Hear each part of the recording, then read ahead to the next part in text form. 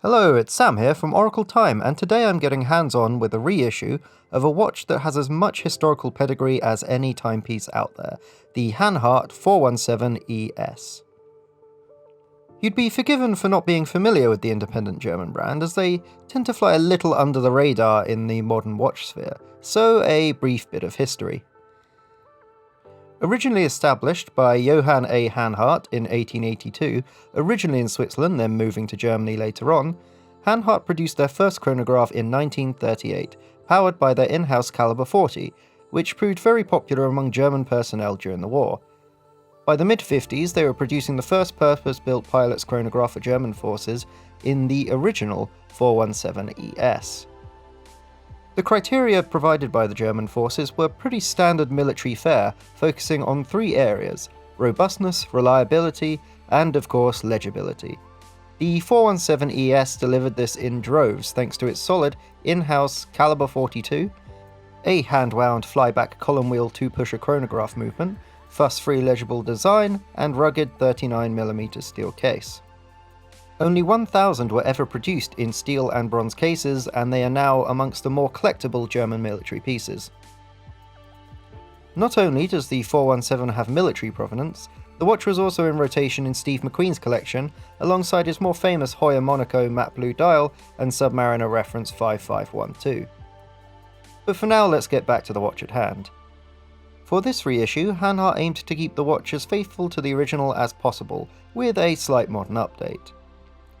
This means the only real differences are a sizing upgrade from 39mm to 42 and a new movement, a hand-wound Sellita SW510, which is based on the architecture of the historic Valjoux 7750 design. The sizing upgrade will undoubtedly be frowned upon by purists, and I'd have to agree. However, the watch still wears nicely thanks to its relatively squat lugs and uber-comfortable calf leather, Alcantara-backed bund strap. While bund straps don't usually appeal to me, here the military connotations make perfect sense. It also makes the 417ES reissue a perfect winter watch, separating the solid steel caseback from exposed skin. The movement is a reliable piece of kit and ensures the price is kept down to an accessible £1,580. It also keeps the watch relatively thin, so that despite its vintage-style domed sapphire glass, it comes in at 13.3mm tall, or 11.55mm excluding the glass. The fluted bezel maintains the same rotating bidirectional setup, complete with a historically accurate red marker, smooth to operate while still feeling nice and solid.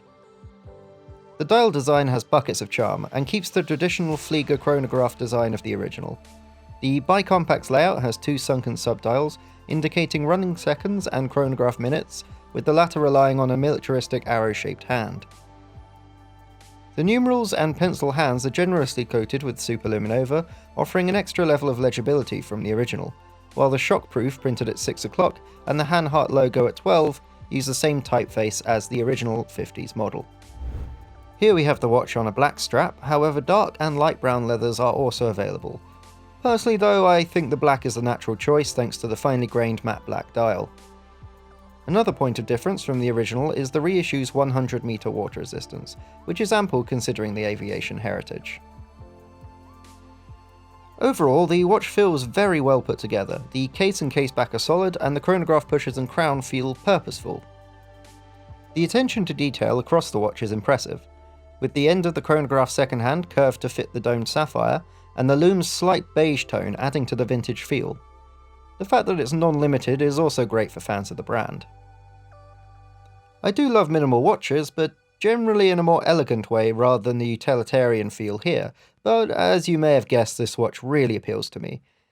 It has a certain rock and roll vibe, and since wearing it I've found myself staying up hunting cafe racers online, and, in my mind at least, planning an expedition. Thanks for watching.